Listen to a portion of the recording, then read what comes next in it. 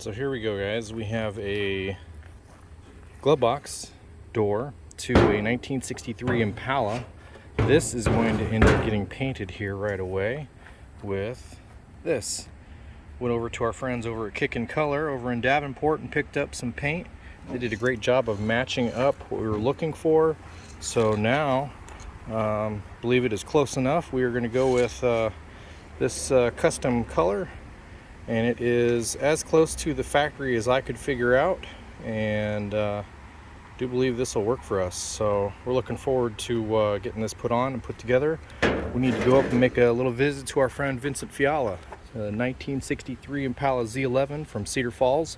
Vincent was the original owner of the vehicle and did a bunch of racing back in the day, the aluminum front end Z11 Impala, and we are in the process of recreating that and creating a tribute to Bad News is the name of the car, and looking forward to getting this painted up. The car was white exterior with a red interior from the factory. So here we go.